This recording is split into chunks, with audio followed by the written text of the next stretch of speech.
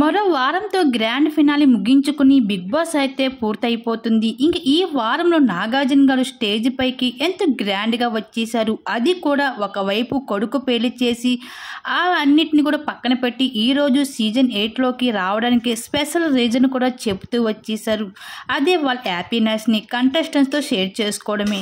అయితే ఈరోజు నా కొడుకు పెళ్ళి అయితే అయిపోయింది, ఈ విషయం మీరు చెప్పాలని నేను వచ్చాను అంటూ నాగార్జున గారు చాలా హ్యాపీగా మాట్లాడుతూ ఉంటారు. ఇంకా కంటెస్టెంట్స్ కూడా చాలా ఎగ్జైట్గా ఫీల్ అయ్యారు. అవునా సార్, నాగ చైతన్య గారికి పెళ్ళి అయిపోయిందా అంటూ. ఇంకా రోహిణికి అయితే నాగ చైతన్య ఫేవరెట్ అంటూ ఆ విషయాన్ని కూడా షేర్ చేసుకుంటూ వచ్చింది రోహిణి.